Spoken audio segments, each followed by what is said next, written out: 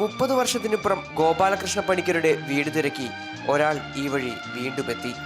എത്ര ഒഴിപ്പിക്കാൻ ശ്രമിച്ചിട്ടും ഒഴിഞ്ഞു പോകാത്ത ആ വാടക വീടിന് ഇപ്പോൾ എന്തു മാറ്റം വന്നു എന്ന് തിരക്കി.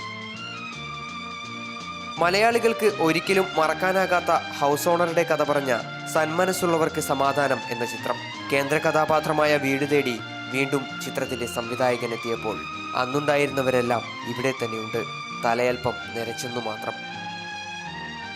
ഗൃഹനാഥ രാധാ എസ് മേനോനും മകൾ ലീല ശ്രീകുമാറും സംവിധായകനെ സ്വീകരിച്ചു.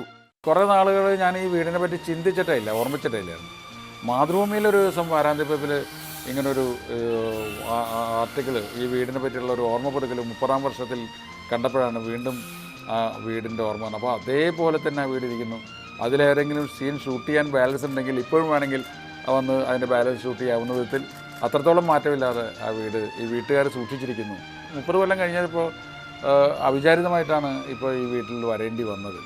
അപ്പം ഈ ഗേറ്റ് കടക്കുമ്പോൾ തന്നെ ഒരു വല്ലാത്തൊരു ഫീലാണ്. ഗൃഹാതുരത്വം എന്ന് നമ്മൾ പറയുന്നത് അതിനെയാണ്. ഒരു നമ്മൾ കണ്ടു മറന്ന അല്ലെങ്കിൽ നമുക്ക് വളരെ പ്രിയങ്കരമായ ഒരു സ്ഥലത്തേക്ക് വീണ്ടും കടന്നു വരുമ്പോൾ ഉണ്ടാകുന്ന ഒരു ഓർമ്മ. വർഷങ്ങൾക്ക് ശേഷം എത്തിയപ്പോൾ ആദ്യം നോക്കിയത് ആ കസേര തന്നെ, ഗോപാലകൃഷ്ണ പണിക്കരെ വീഴ്ത്തിയിട്ട ആ കസേര. അതിൽ അല്പനേരമൊന്നിരുന്ന് വീട്ടുകാരോട് കുശലാന്വേഷണം, പിന്നെ പണ്ടത്തെ ഓർമ്മകളിലൂടെ.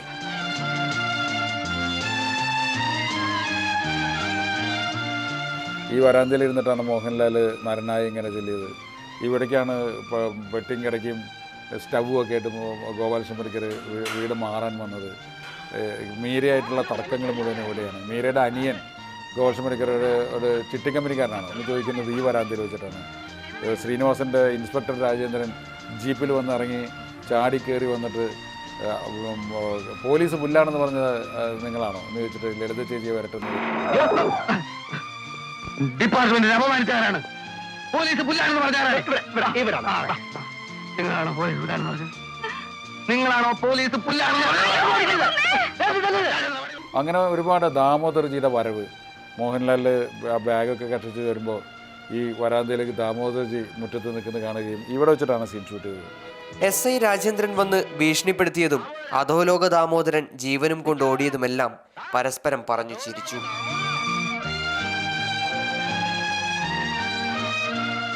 വർഷങ്ങളോളം ഈ വീട് ഇങ്ങനെ തന്നെ നിലനിർത്തിയതിനും സന്മനസ്സുള്ളവർക്ക് സമാധാനം എന്ന സിനിമയിലെ ഓരോ രംഗങ്ങളിലേക്കും വീണ്ടും തന്നെ കൊണ്ടുപോയതിനും നന്ദി പറഞ്ഞുകൊണ്ട് സംവിധായകൻ പടിയിറങ്ങി.